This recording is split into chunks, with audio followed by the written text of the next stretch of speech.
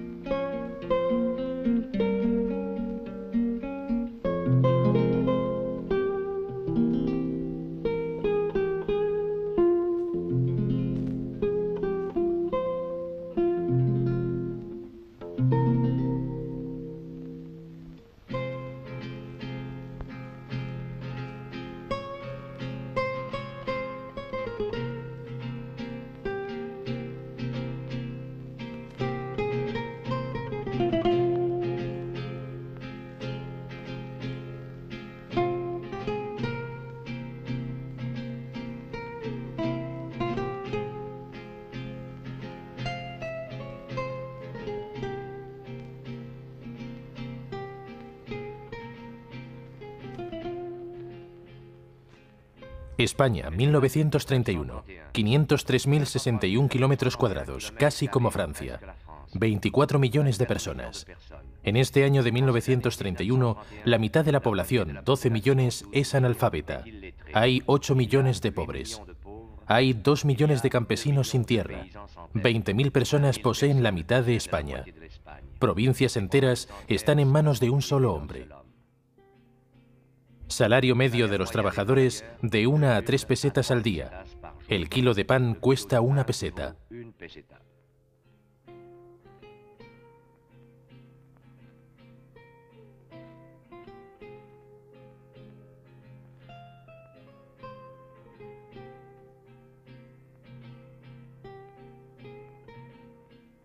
$20.000 religiosos, 31.000 sacerdotes, 60.000 monjas y 5.000 conventos. 15.000 oficiales, 8.000 de los cuales son generales.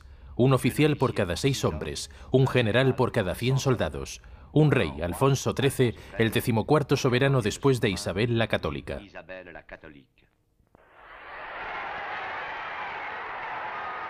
El 12 de abril de 1931, los candidatos monárquicos perdieron las elecciones municipales. El rey, Alfonso XIII, se retira. Se instaura la República por sorpresa.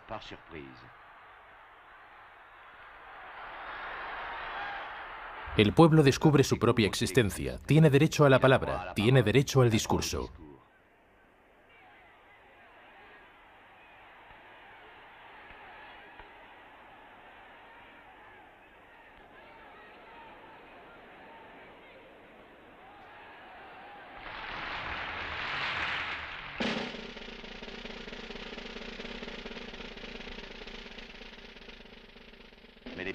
Pero los campesinos siguen sin tener la tierra, los obreros sin tener trabajo.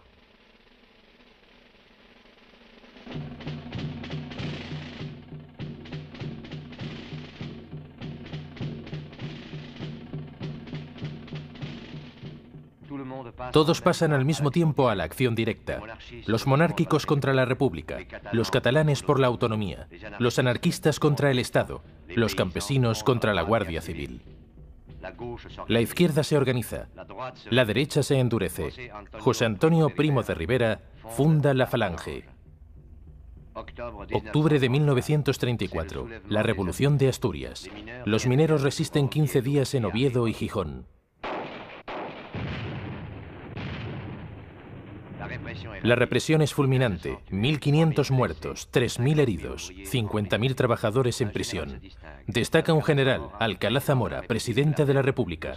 Se refiere a él como salvador de la nación. Ese general se llama Francisco Franco. 1936, elecciones generales. Dos frentes, el Frente Popular, el Frente Nacional.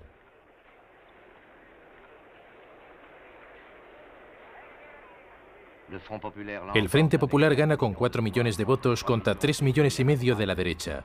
Obtiene la mayoría absoluta en las Cortes, el Parlamento español. Por vez primera en España, el Frente Popular llega al poder. Los campesinos se apoderan de las tierras no cultivadas. Los mineros de Asturias son liberados. Se incrementan todos los salarios en un 15%.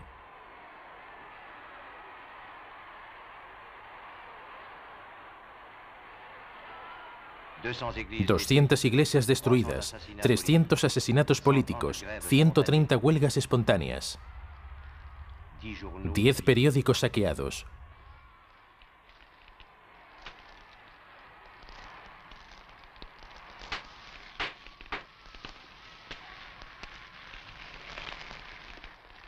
Varios generales protestan, se les manda al exilio, Franco a las Canarias, Godet a las Baleares.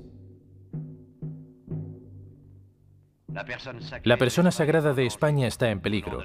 En nombre de la España eterna, los carlistas, los monárquicos, la Falange, unidos bajo el estandarte de la Iglesia, preparan la rebelión. Del ejército en África a los cuarteles de Burgos circulan las consignas del complot. La contraseña: ¡Arriba España!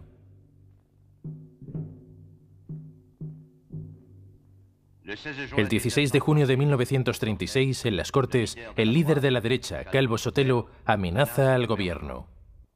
Contra este Estado estéril, yo propongo el Estado integral. Muchos lo llamarán fascista, pero si el Estado fascista significa el fin de las huelgas, el fin del desorden, el fin de los abusos contra la propiedad, entonces yo declaro con orgullo que soy fascista. Considero loco al militar que no esté dispuesto a sublevarse en contra de la anarquía, si esto fuera necesario. 3 semanas más tarde, Calvo Sotelo es asesinado.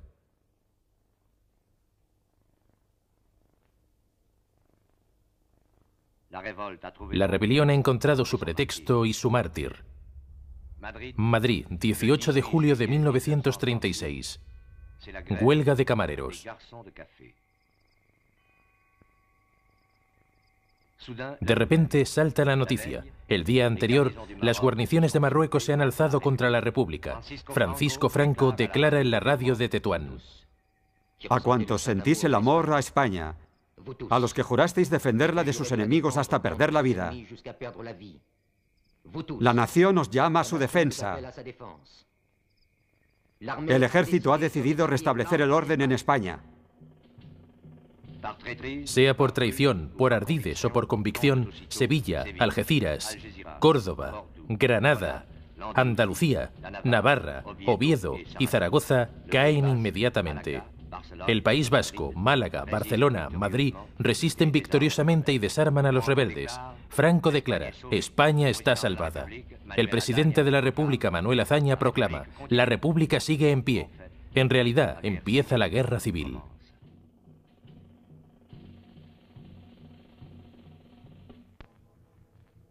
Empieza con matanzas. Ricos, pobres, patrones, obreros, oficiales, guardias civiles, sacerdotes, monjas, nadie está a cubierto. 7.937 religiosos son asesinados, algunos quemados vivos.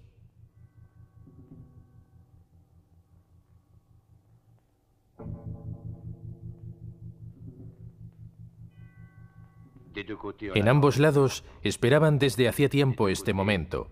En ambos lados se fusila. Hay ejecuciones sumarias.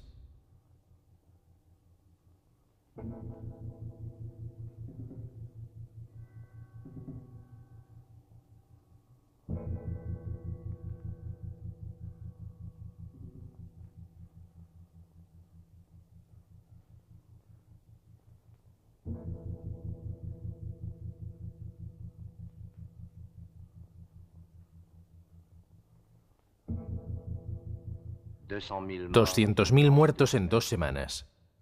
El escritor Saint-Exupéry escribe: aquí se fusila como se tala árboles.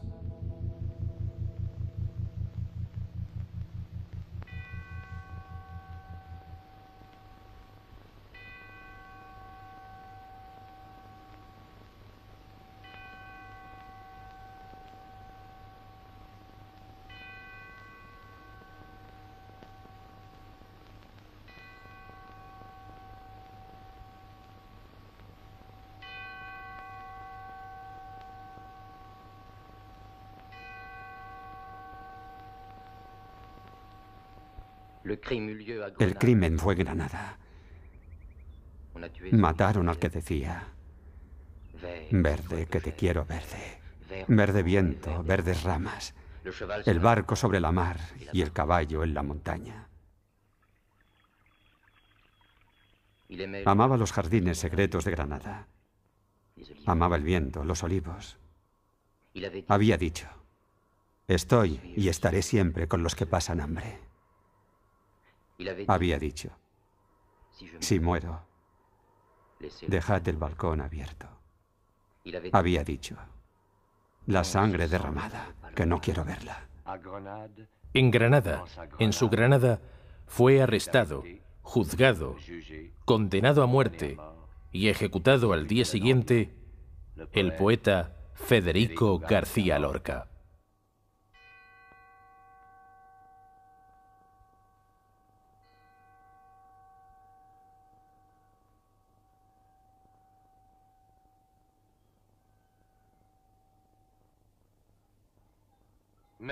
Pero para millones de hombres, la guerra civil significa esperanza.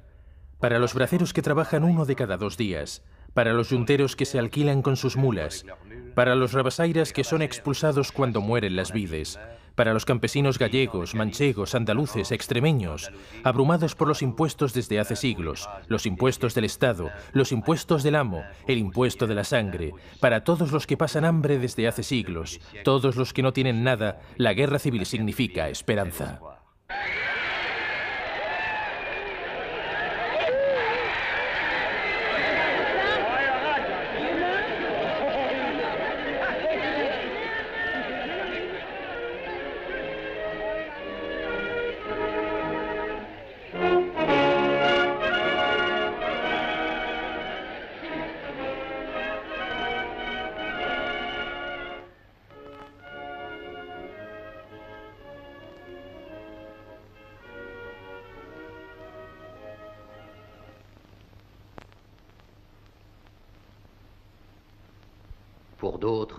Para otros, la guerra civil es la fe.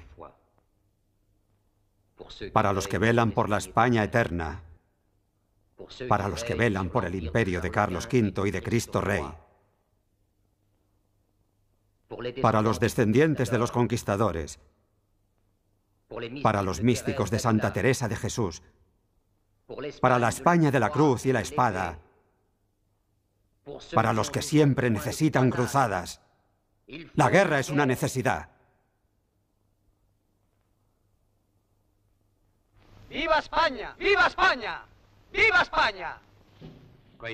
Queipo de Llano lanza desde Radio Sevilla las consignas nacionales. El general Mola organiza el Ejército del Norte, Franco el Ejército de África. La burguesía nacional aprende el nuevo gesto de moda, el saludo fascista.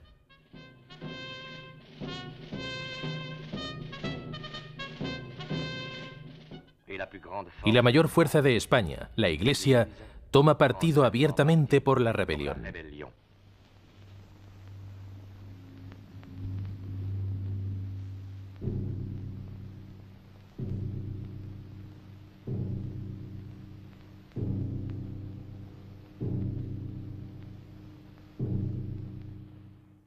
Franco dice: somos católicos.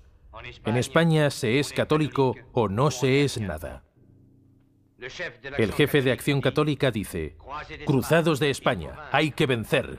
Vencer como siempre han vencido los españoles. Con la espada en la mano, el heroísmo en el corazón y la plegaria en los labios.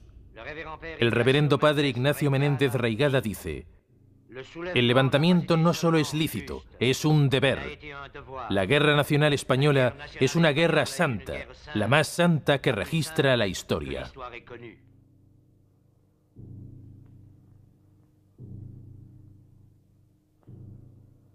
El arcipreste de Burgos dice durante una misa: vosotros que me escucháis, vosotros que os llamáis cristianos, no hay perdón para las destrucciones de iglesias ni para los asesinos de los santos sacerdotes. Que su simiente sea aplastada, la mala simiente, la simiente del demonio. En realidad, los hijos de Belcebú son también los enemigos de Dios. Antes morir de pie que vivir de rodillas. Proclama en Madrid Dolores Ibárruri, mujer de minero, llamada la Pasionaria, diputada comunista. Llama a la unión a los anarquistas de la CNT y de la FAI, a los catalanes de Companys, a los socialistas de la UGT y de Largo Caballero, a los vascos de Aguirre, a los marxistas del POUM, todos unidos como los dedos de la mano. El puño cerrado se convierte en el símbolo de la unidad.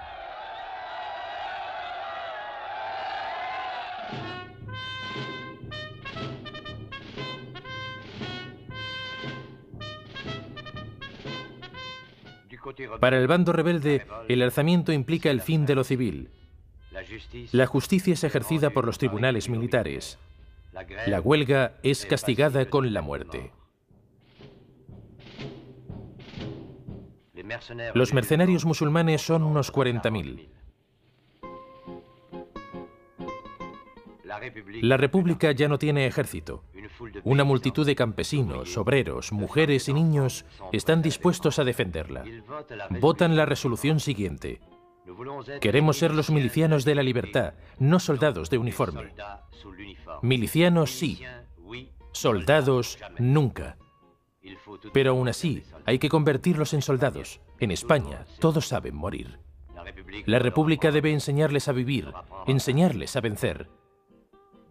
Durruti dice a sus anarquistas: tenemos que posponer muchas reformas. Primero, la victoria. Recién adiestrados, apenas armados, estos combatientes parten hacia el frente, todos resueltos a vencer al fascismo o a morir por la República.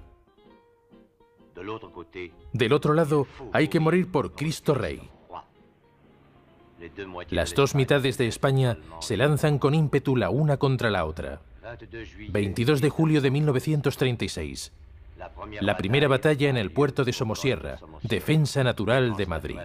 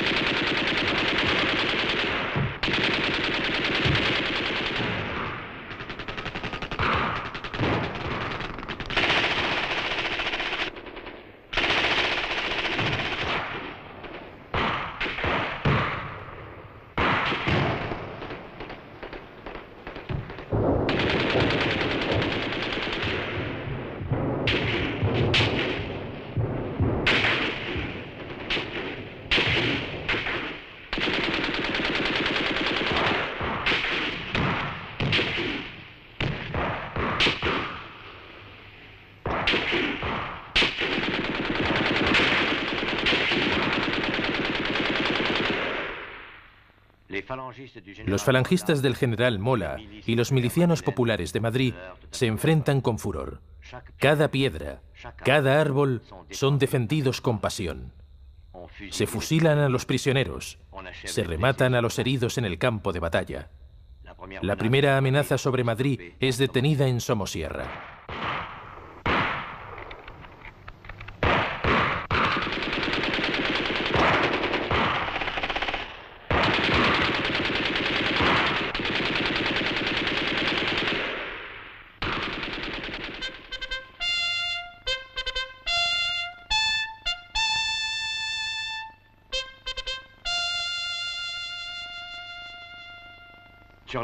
En los demás frentes, éxito en Aragón de los milicianos de Barcelona.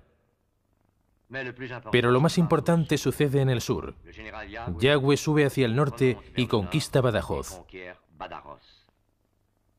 2000 personas fusiladas en 24 horas.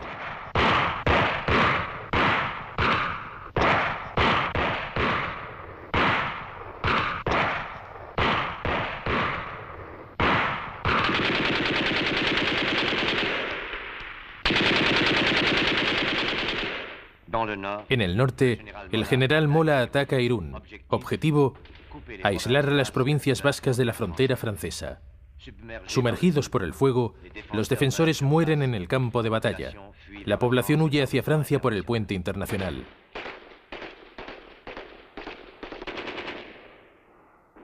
En las playas francesas, los veraneantes, como el resto de Europa, contemplan el espectáculo.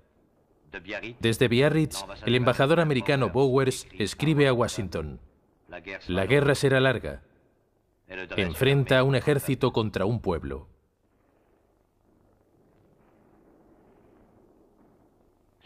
Este pueblo, cuyos primeros refugiados descubren el exilio.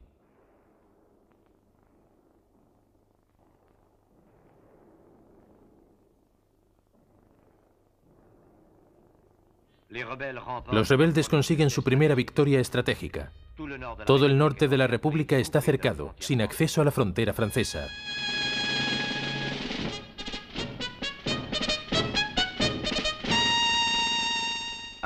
En Toledo, capital de los antiguos reyes, los milicianos de la República son los dueños de la ciudad. El coronel rebelde Moscardó se ha atrincherado en la fortaleza del Alcázar con 1.300 soldados, 500 mujeres y 50 niños. El jefe de los milicianos telefonea al coronel Moscardó. Si el Alcázar no se rinde, fusilaremos a su hijo. Si quiere, hable con él. ¿Qué ocurre, hijo mío? Dicen que me van a fusilar si el Alcázar no se rinde. Encomienda tu alma a Dios, hijo, y grita: ¡Viva España! Y muere como un héroe. Adiós, padre. Un abrazo. El Alcázar no se rinde.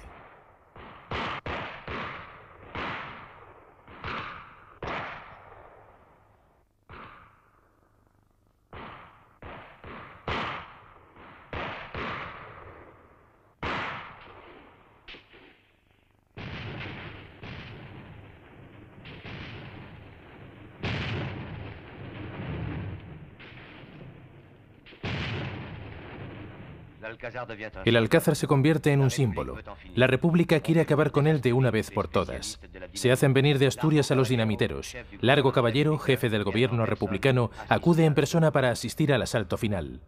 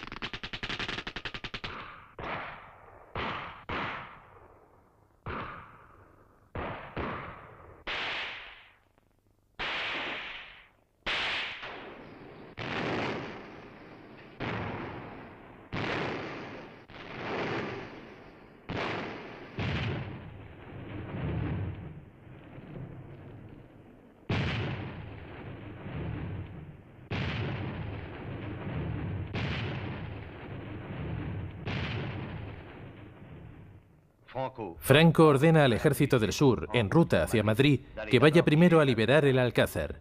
El 27 de septiembre del 36, el Alcázar es liberado después de 68 días de asedio. Franco viene en persona a felicitar a los defensores. Defensores del Alcázar, sois el honor de España. La guerra civil cumple 3 meses. El 17 de julio de 1936, el ejército se alza en el Marruecos español. El 18 de julio, la rebelión se extiende por toda España. El ejército de África llega a Sevilla. La mancha de la rebelión se extiende sobre España.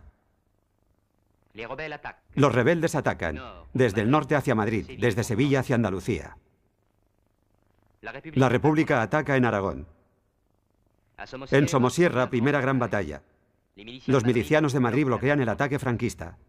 La República intenta desembarcar en Mallorca. Irún al norte, Badajoz al sur, son ocupadas por los franquistas. El norte queda aislado de Francia. En Talavera el ejército franquista se desvía, ataca Toledo y libera el Alcázar. Al norte, los franquistas ocupan Oviedo. El 1 de octubre de 1936, en Burgos, el general Franco se convierte en el jefe del Estado. Todos los partidos de la rebelión se funden en un partido único, con este lema: un Estado, una nación, un dirigente. El 18 de noviembre, Italia y Alemania reconocen al gobierno de Burgos. Franco declara: este instante marca un hito en la historia mundial. Para vencer a un pueblo hacen falta armas y mercenarios. Franco encuentra ambas cosas en la Italia fascista. La aportación italiana será de 70.000 hombres, 4 divisiones totalmente equipadas.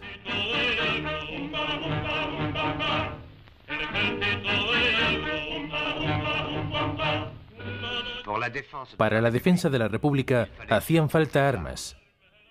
Llegan en número muy inferior a las necesarias, de Francia, de México, de la Unión Soviética.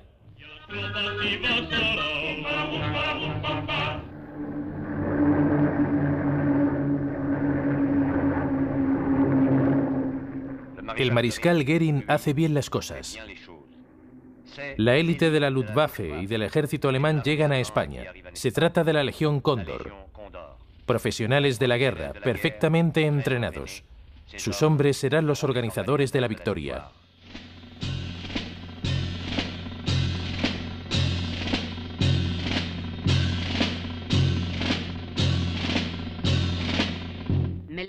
Pero los mejores aliados, los aliados más eficaces de la República, son estos. Abogados, torneros, estudiantes, albañiles, son las brigadas internacionales.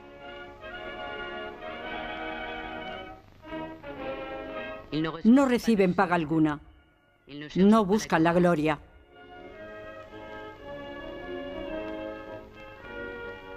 Han venido de todo el mundo.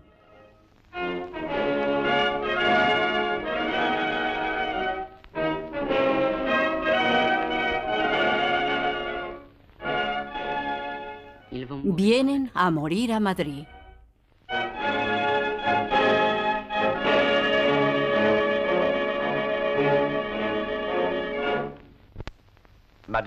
Madrid es el corazón. Los generales rebeldes, Franco, Mola, Queipo de Llano, Varela, Yagüe, la Falange, la Iglesia, quieren Madrid. El gobierno republicano se marcha de la capital. En las calles se grita: ¡Viva Madrid sin gobierno! Todos los hombres al frente. No pasarán.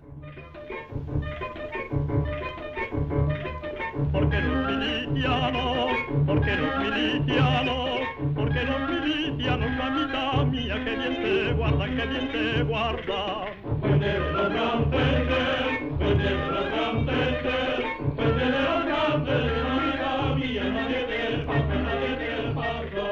Porque los milicianos, porque los milicianos, porque los milicianos, mamita mía, que bien te pasa.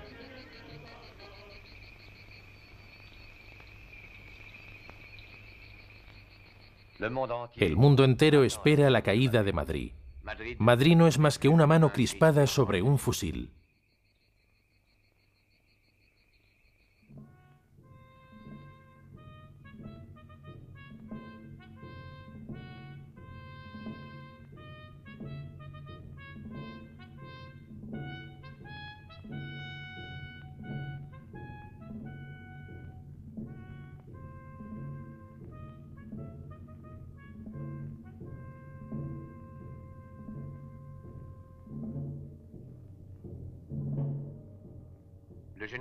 El general Mola prepara el asalto final. 4 columnas convergen sobre Madrid.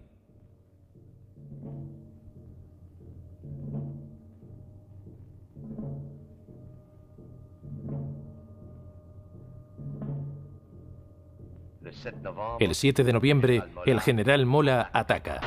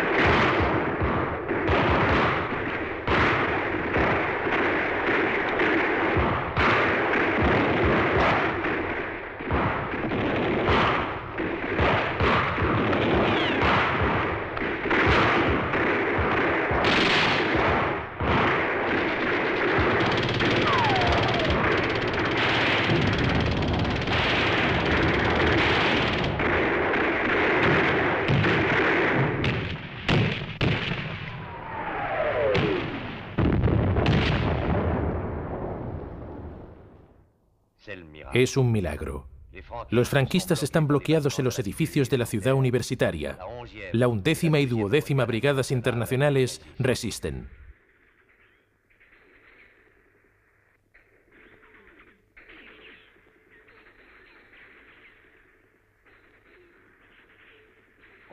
Se ponen bombas en los ascensores. Se mata de rellano en rellano, entre vecinos. Se dispara a bocajarro.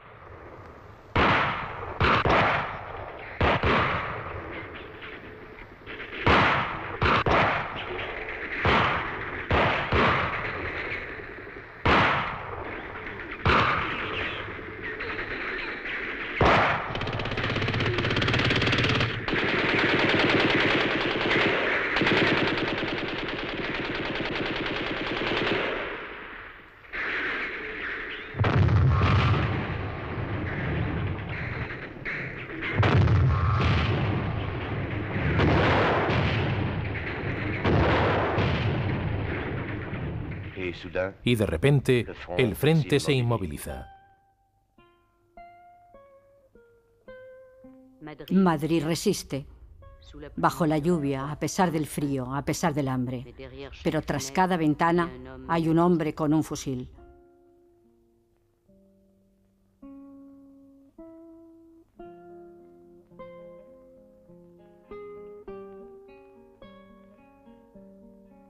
Se evacúa a los niños.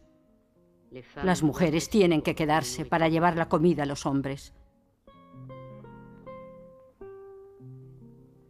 Se evacúa a los niños. No queda ni una sonrisa en Madrid.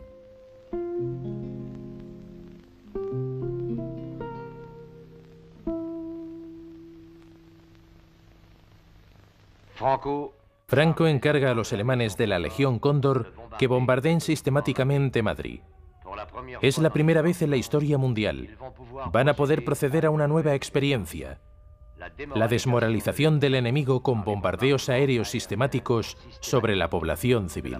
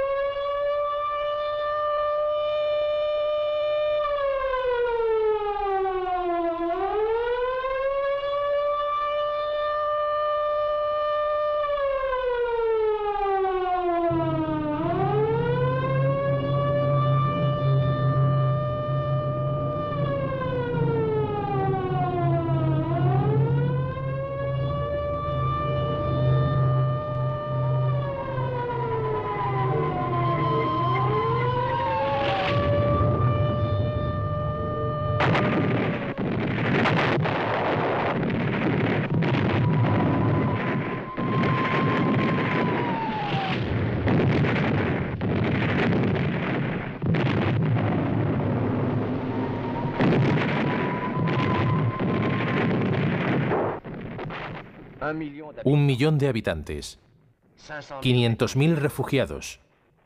Los sótanos y el metro solo pueden contener a 100.000 personas.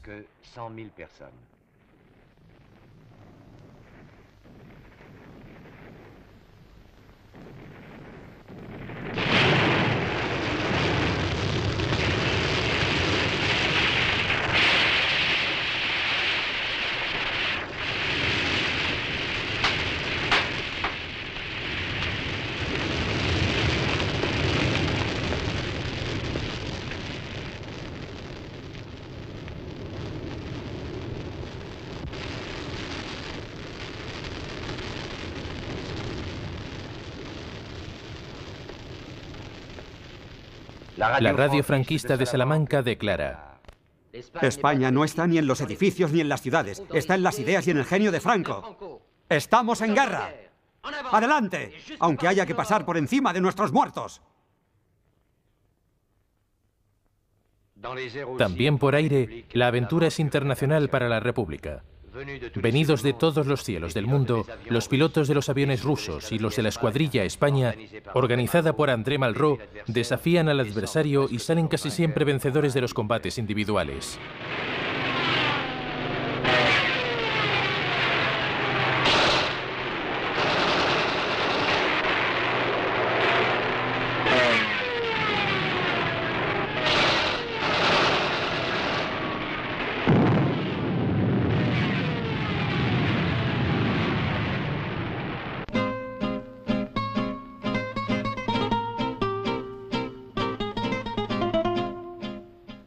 Madrid resiste. Hay que intentar cercarla. 5 brigadas del Ejército de África y la artillería de la Legión Cóndor atacan en el Valle del Jarama. Objetivo: cortar la carretera que une Madrid a Valencia. Las brigadas internacionales, los batallones Thälmann, André Marty, Abraham Lincoln, Garibaldi, Dimitrov y el batallón británico pasan a la contraofensiva.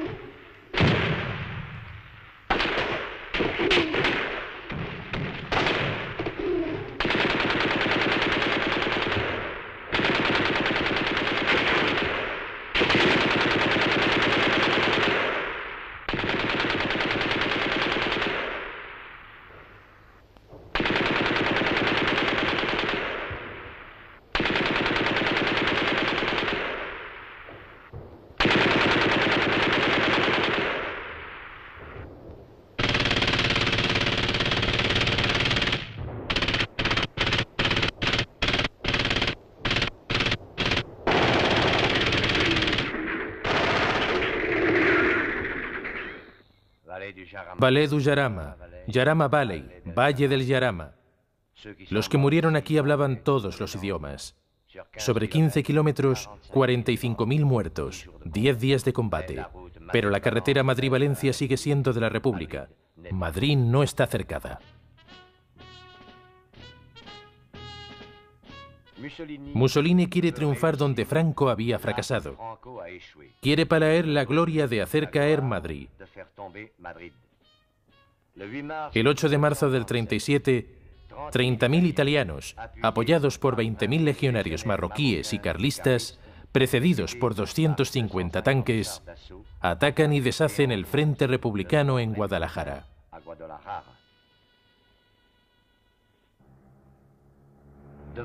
Ante el peligro, la división Lister se dirige al frente. Agrupados tras los tanques rusos del general Pavlov, contraatacan.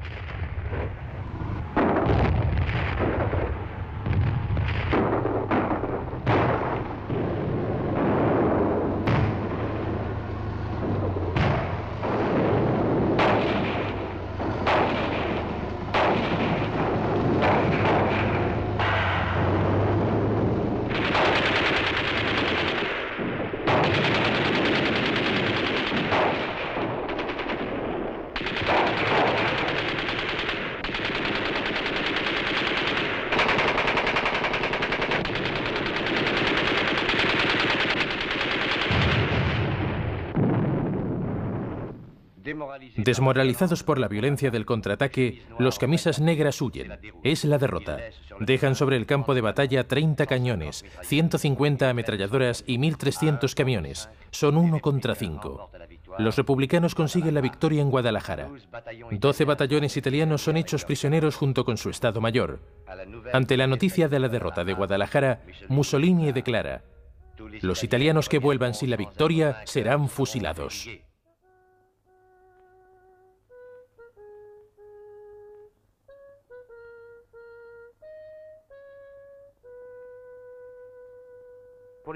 Para los diplomáticos, la guerra de España ha llegado demasiado pronto.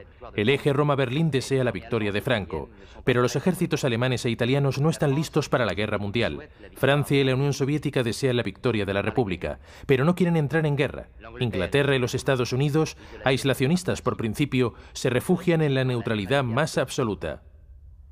Léon Blum, presidente del gobierno francés, solidario como socialista con la República Española, debe sacrificar sus convicciones a la paz civil en Francia. Inventa una fórmula: la no intervención en la guerra de España.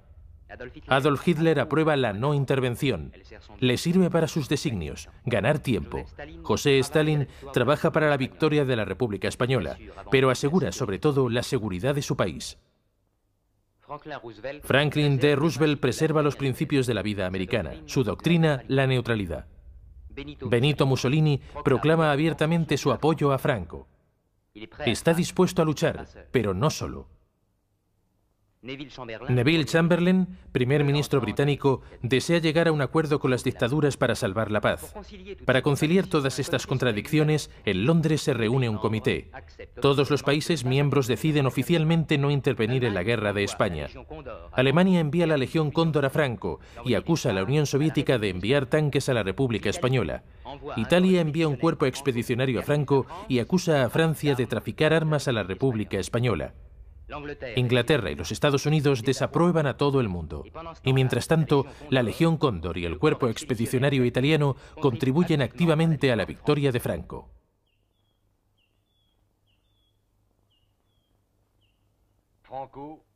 Franco, tras el fracaso de Madrid, ataca por el sur.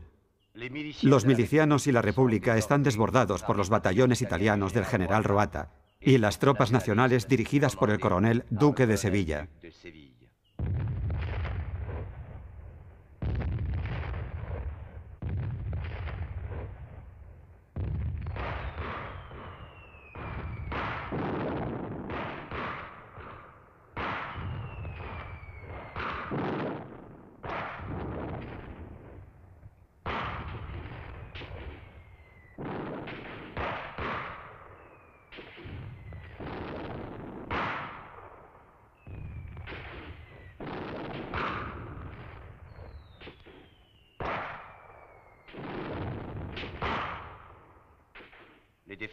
Las defensas republicanas han cedido.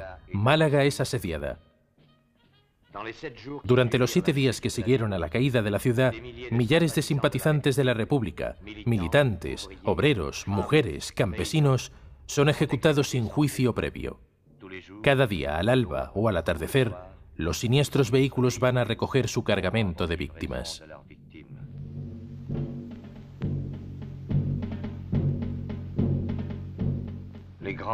Las grandes matanzas provocan la indignación de un testimonio directo, George Bernanos, en su libro Los grandes cementerios bajo la luna. Los recogían cada noche en las aldeas perdidas, al regresar del campo.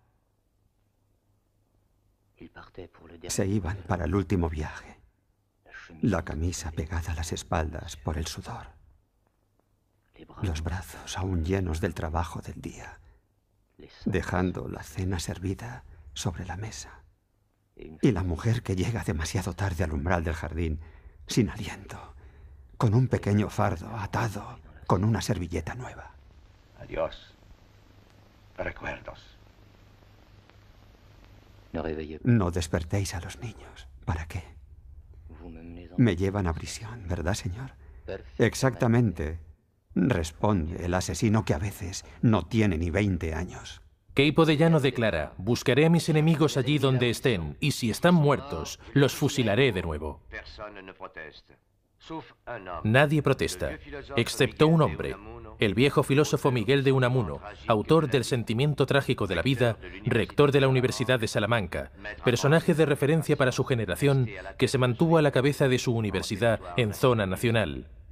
El día de la fiesta de la raza, en Salamanca, en el gran paraninfo de la universidad, el general franquista Millán Astray, mutilado de guerra, insulta a Cataluña y al País Vasco, mientras sus seguidores aúllan: ¡viva la muerte!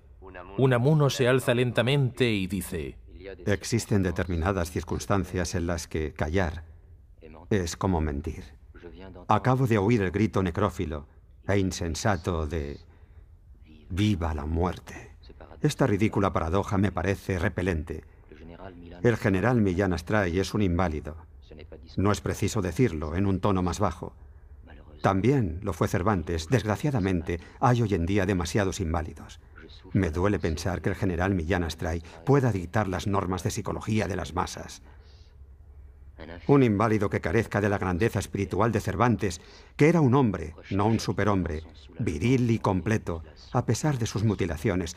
Un inválido, como dije, que carezca de esa superioridad de espíritu, suele sentirse aliviado viendo cómo aumenta el número de mutilados alrededor de él. Venceréis, pero no convenceréis. Venceréis porque tenéis sobrada fuerza bruta, pero no convenceréis, porque convencer significa persuadir. Y para persuadir necesitáis algo que os falta: razón y derecho en la lucha. Me parece inútil pediros que penséis en España. He terminado. Bajo arresto domiciliario, Miguel de Unamuno, con el corazón roto, moriría unas semanas después.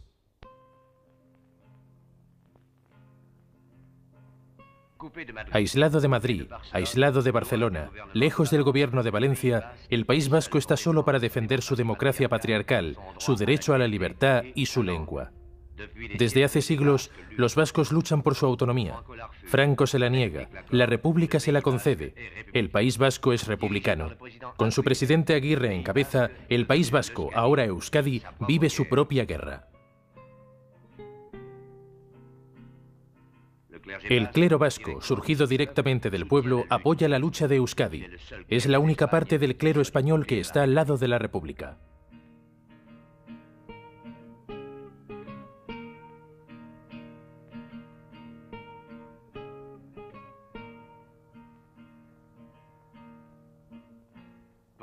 Para el País Vasco, vecino de Asturias, los primeros momentos de la guerra civil fueron bastante sencillos.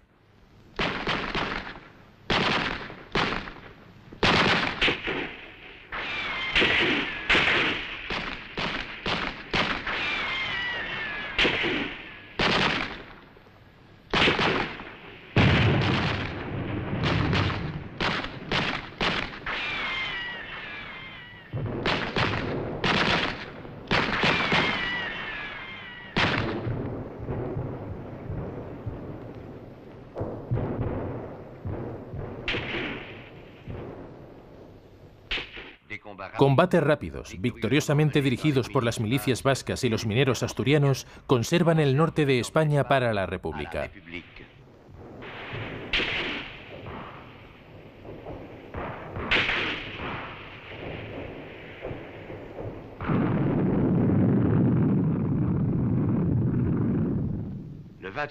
El 22 de marzo de 1937, Franco decide la ofensiva contra el País Vasco. El general Mola lanza un ultimátum. He decidido terminar rápidamente la guerra en el norte. Se respetarán las vidas de los que rindan sus armas. Si la rendición no es inmediata, arrasaré toda Vizcaya.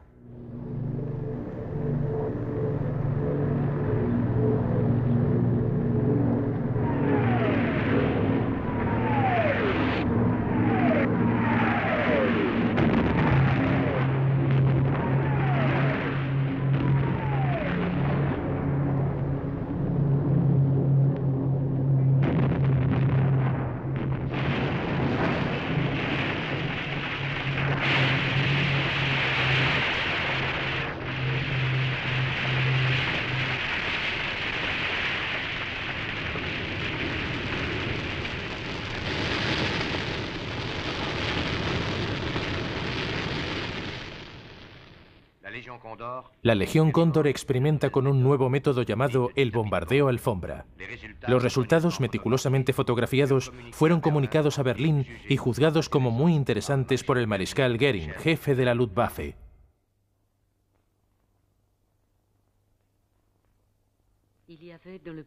Existía en el País Vasco una ciudad santa, llamada Guernica.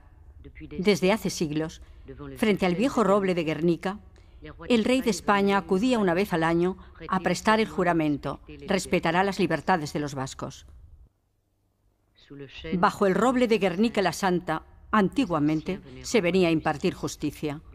El domingo 26 de abril de 1937 era, como todos los domingos, día de mercado en Guernica. A las 5 de la tarde venían de las 4 colinas que cierran el horizonte de Guernica. A las 5 de la tarde.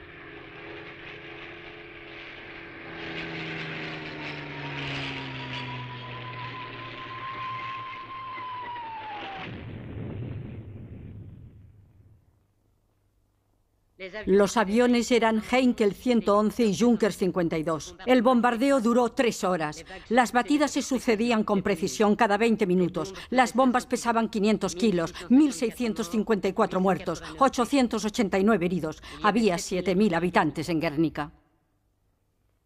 El general alemán Galland, comandante de los cazas alemanes, dirá más adelante: Guernica no era un objetivo militar, simplemente fue un lamentable error.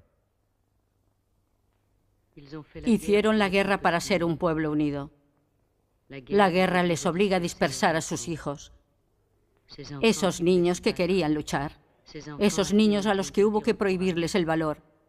Chiquillos que sabían morir como soldados. Lloran como los otros niños. La mayoría de estos niños nunca volverían a ver su país. Se harán mayores en otra parte. En México, en Rusia, en Inglaterra, en Francia.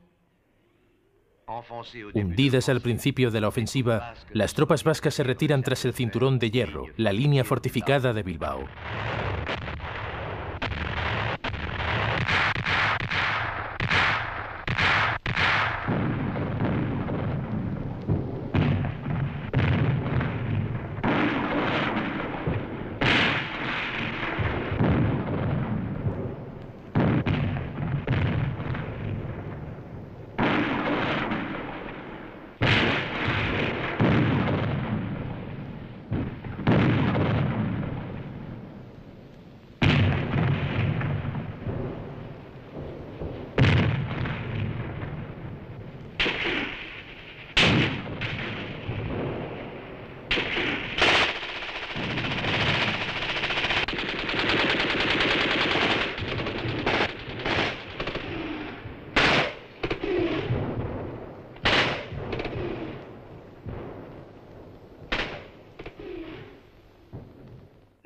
La artillería italo-alemana del ejército franquista ha roto el cinturón de hierro. El ejército vasco, abrumado por la superioridad mecánica, libra a 1 contra 3 un combate de retaguardia. Bilbao ha caído, pero la matanza del pueblo vasco, culpable del crimen de no rebelión, provoca un escándalo en el mundo católico. Para responder a tanta indignación y a petición de Franco, el cardenal Gumá y Tomás, primado de España, hace llegar a los obispos del mundo entero una carta colectiva. En este momento, la única esperanza para reconquistar la paz y la justicia es la victoria del movimiento nacional. Durante la noche del 27 de octubre, 16 sacerdotes vascos son ejecutados, 278 encarcelados, 1.300 son considerados indeseables. ¿Su crimen? Haber mantenido la presencia de Cristo en la República. Después de estos asesinatos, François Mauriac responde: nosotros decimos que los crímenes cometidos no son los que aparentan ser. Hay muchos más. En el Sagrado Corazón está oculto el verdadero número, conocido por aviadores alemanes e italianos, al servicio de un jefe católico y de quien se dice soldado de Cristo. Decimos que allá hay una bolsa de horror cuyas consecuencias son comprobables. ¿De quién es el reino de Dios sobre la tierra? En 8 semanas, el norte es completamente ocupado por las fuerzas de Franco.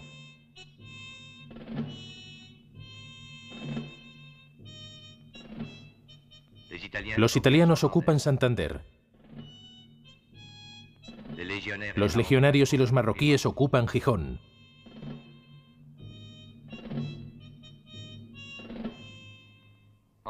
En la tierra española, la guerra no se compone de una serie de batallas, es una serie de tragedias. El tranquilo pueblo de Brunete será elegido para ser el punto de impacto de la ofensiva republicana. Objetivo, aflojar el cerco en torno a Madrid y obligar a Franco a vaciar el frente del norte.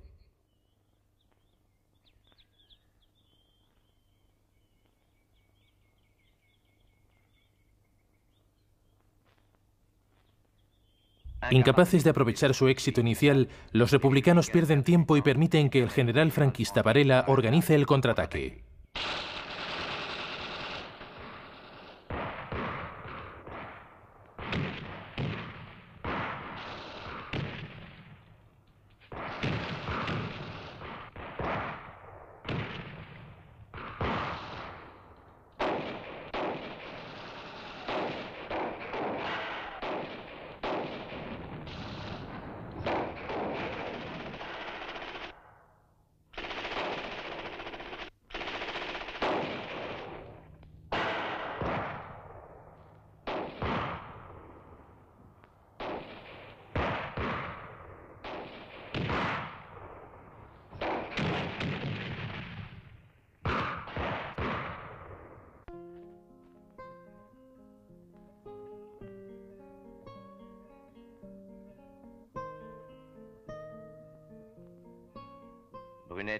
Brunete fue tomado y retomado.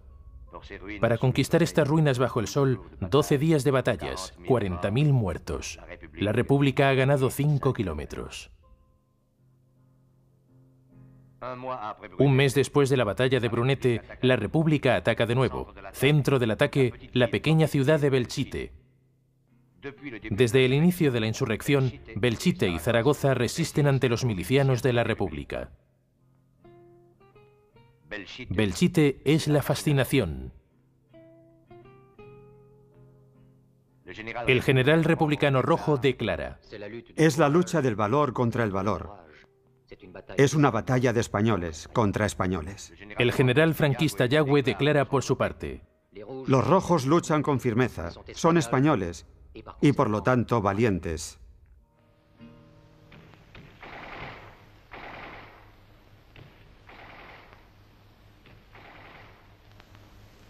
La República ha conquistado Belchite. Ha ganado tiempo. Ha perdido demasiados hombres. La guerra es hacer todo lo posible para que trozos de hierro entren en la carne viva.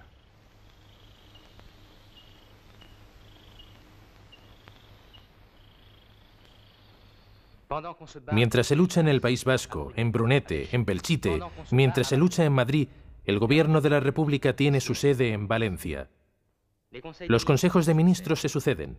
Un presidente del consejo sustituye a otro, siguiendo el juego clásico de las democracias. Giral, Largo Caballero, Negrín, uno tras otro, la misma política o la misma impotencia de política.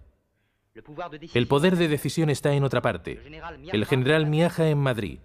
El presidente Companys en Barcelona. El presidente Aguirre en Bilbao. Los problemas reales también son múltiples. La República debe hacer la guerra y conseguir implantar la reforma agraria. Debe alimentarse y alimentar a los que combaten. Debe dar a la vez el gusto por la libertad y el gusto por la cultura. Debe hacer frente a la vez, en nombre de la lucha común, a todas las exigencias de los partidos. Son muchos y están divididos. El POUM, partido de extrema izquierda, quiere la victoria y al mismo tiempo la revolución. Los anarquistas de la CNT y de la FAI, que cuentan con el apoyo de la mayoría de los trabajadores, quieren la victoria sin la disciplina, el pueblo sin el Estado. El Partido Socialista y el Partido Comunista están en posesión del poder efectivo. El Partido Socialista por el número de sus diputados, el Partido Comunista por su dinamismo y por las armas rusas. Pero los conflictos políticos se resuelven armas en mano y con la movilización en la calle.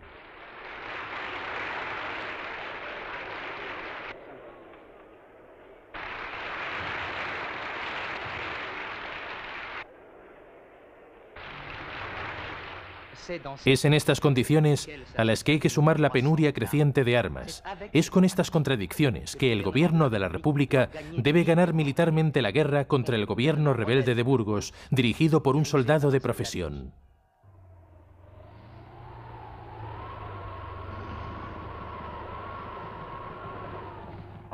En pleno invierno, apremiados por las dificultades internas, obsesionados por el temor a una nueva ofensiva de Franco sobre Madrid, los republicanos atacan Teruel. Teruel se ve enseguida desbordada, pero la tormenta de nieve reduce el ritmo de los combates. A 18 grados bajo cero, el material se inmoviliza, los hombres están helados. Franco, sorprendido en un primer momento, contraataca con violencia. 180.000 combatientes se encuentran concentrados en el frío, bajo la nieve, en un espacio reducido.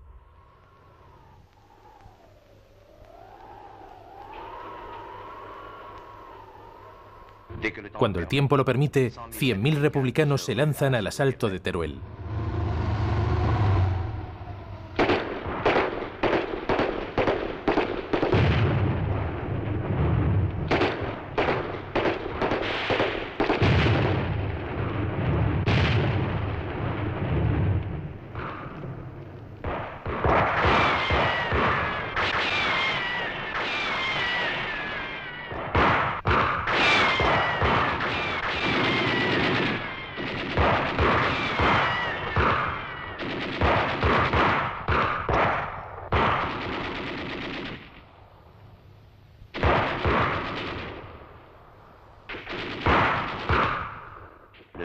El 8 de enero de 1938, el comunicado oficial anuncia: Teruel pertenece completamente a la República.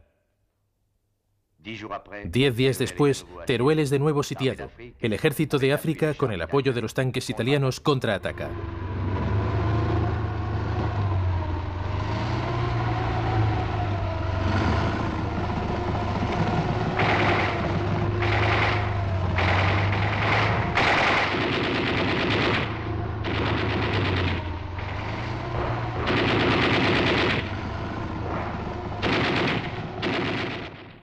En 2 días, la República pierde 15.000 hombres. Sobre las ruinas de Teruel ondea la bandera franquista.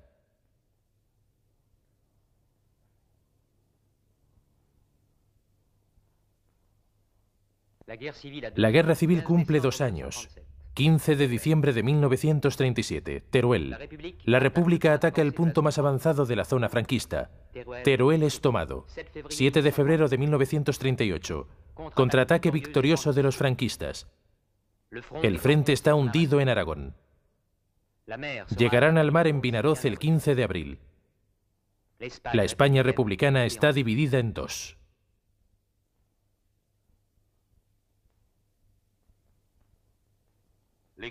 El equilibrio está definitivamente roto. El ejército republicano, exhausto, mal equipado, se retira sobre todos los frentes. Las tropas de Franco llegan al Mediterráneo, en Vinaroz, el 15 de abril de 1938. La República está cortada en 2. Madrid está separada de Barcelona.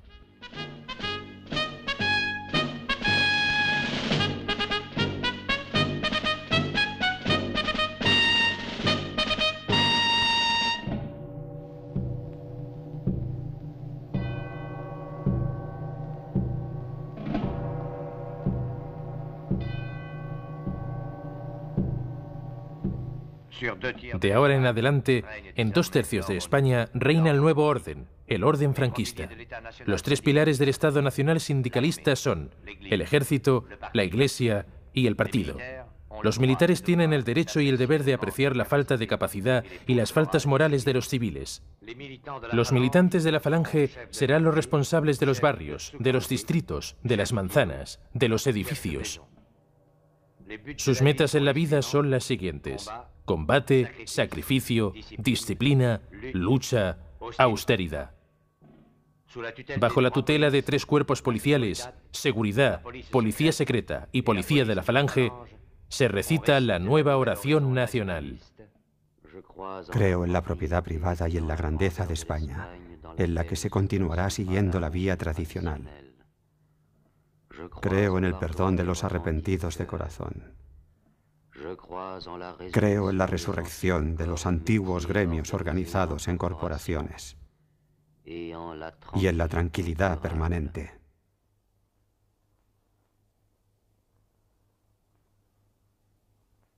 No temen a la muerte, pero temen morir.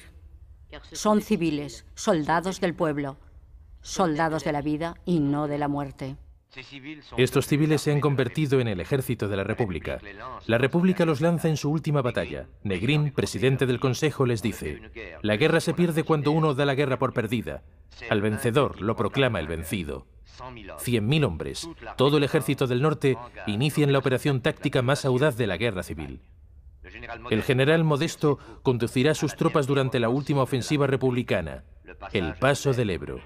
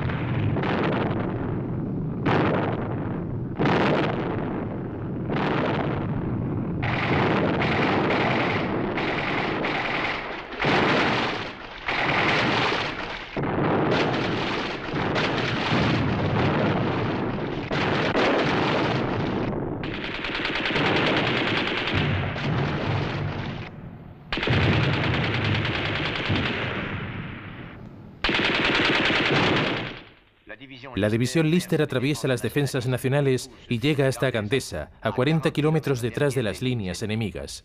Lister dice a sus oficiales: si alguien cede una pulgada de terreno, deberá recuperarla al frente de sus hombres o será ejecutado.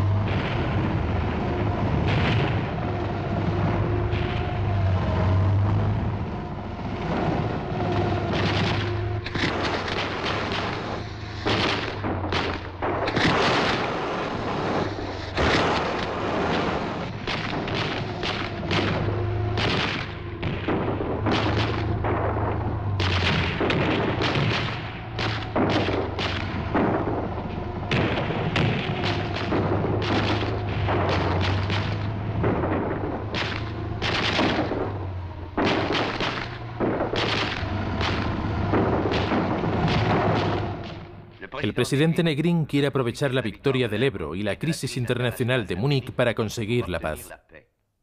Propone a Europa y a Franco las bases de un compromiso. Para demostrar su buena voluntad, retira del frente, en plena batalla, a las brigadas internacionales y las hace volver a sus países de origen. La partida de las brigadas internacionales fue el desconsuelo de España. La pasionaria los despide en Barcelona. Hablabais idiomas distintos, pero nos comprendíamos. Erais conscientes del peligro y lo afrontasteis cantando. Podéis marchar orgullosos. Cuando el olivo de la paz florezca en España, volved. Y vosotras, mujeres de España, hablad a vuestros hijos. Habladles de las brigadas internacionales. Contadles cómo, atravesando mares y montañas, estos hombres llegaron a nuestra patria. Lo abandonasteis todo para venir aquí y para decirnos: vuestra causa, la causa de España, es nuestra misma causa. Muchos de ellos, miles, se quedan aquí, teniendo la tierra española como sudario.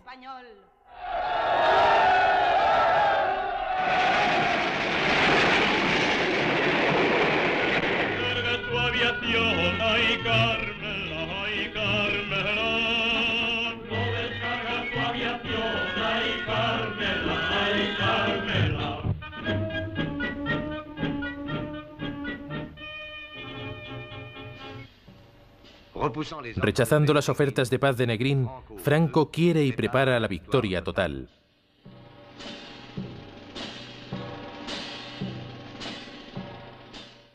Ha obtenido de Hitler el refuerzo de la Legión Cóndor.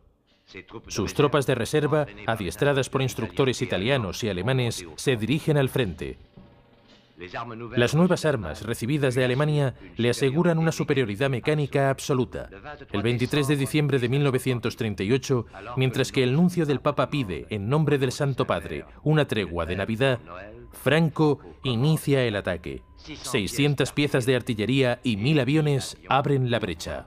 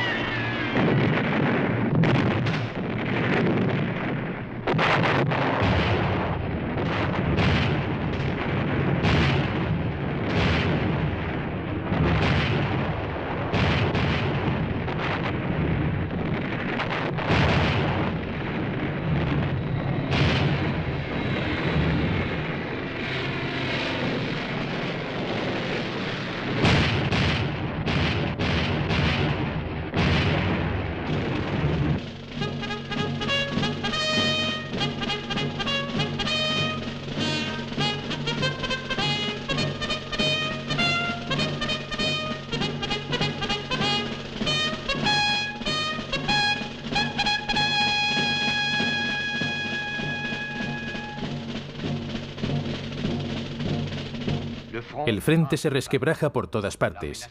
El Ejército Nacional barre Cataluña, pero Serrano Súñer, secretario general de la Falange, desconfía. Dice: La entusiasta acogida que la población ha hecho a nuestras tropas no debe ilusionarnos. La población, cuya conducta he podido examinar personalmente, está enferma política y moralmente. Barcelona será tratada por nosotros, por consiguiente, al principio, como a un enfermo. 200.000 soldados republicanos son hechos prisioneros en Cataluña. Son interrogados y clasificados. Los presuntos culpables fueron ejecutados. Los demás, puestos en libertad al cabo de unos meses, según los parias del régimen.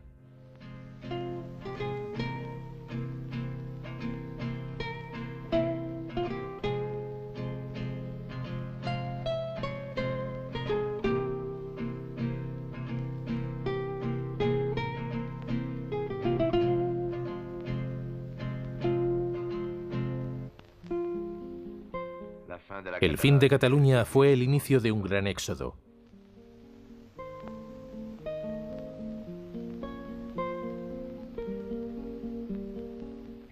Son 300.000 los que huyen hacia la frontera. En los puños cerrados de algunos, un poco de tierra.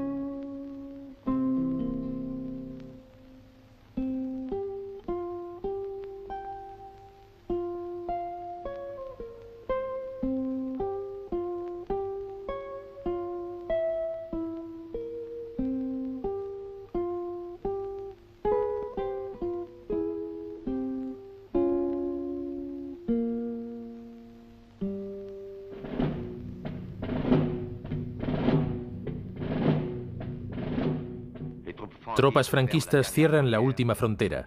Los vencidos no podrán ya escoger el exilio.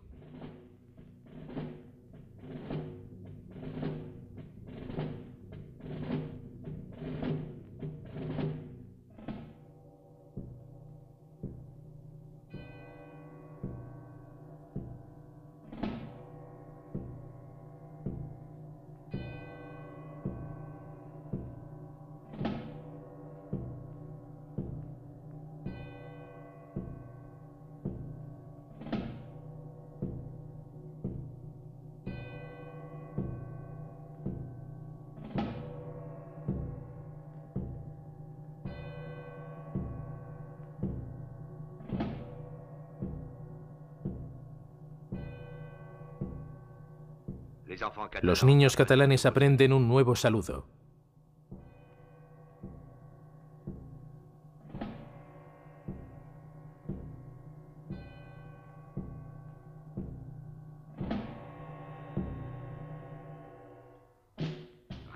Queda Madrid. Negrín y los comunistas quieren resistir hasta la muerte. Oficiales superiores de la República se sublevan. Franco exige la rendición sin condiciones. Capitulan. A mediodía, el 27 de marzo de 1939, las tropas rebeldes de Franco entran en Madrid.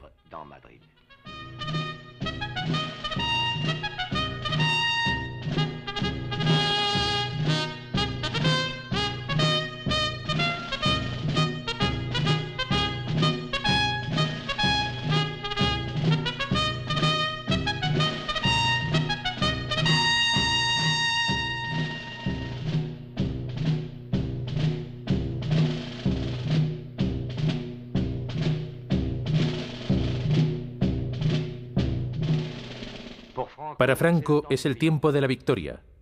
Mussolini le telegrafía. Os agradezco que hayáis otorgado a las tropas de legionarios el gran honor de desfilar frente a usted en el Madrid reconquistado para la España una, grande y libre, que está construyendo.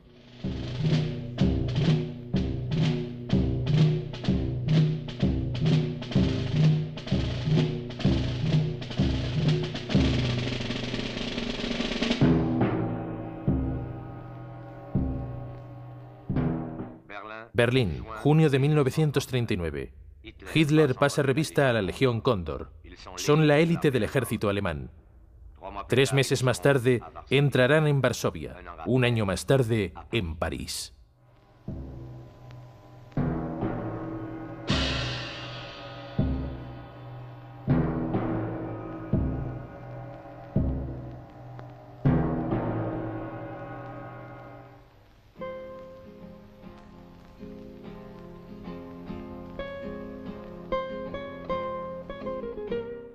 España, 1939.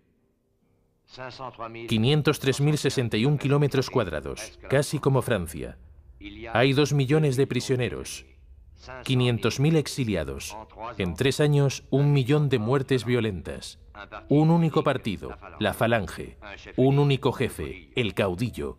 El 31 de diciembre de 1939, Franco proclama: Lo que necesitamos es una España unida, consciente. Es preciso liquidar los odios y las pasiones de nuestra pasada guerra, pero no al estilo liberal, con sus monstruosas y suicidas amnistías, que encierran más de estafa que de perdón. Debe ser cristiana, gracias a la redención de la pena por el trabajo, con el arrepentimiento y con la penitencia.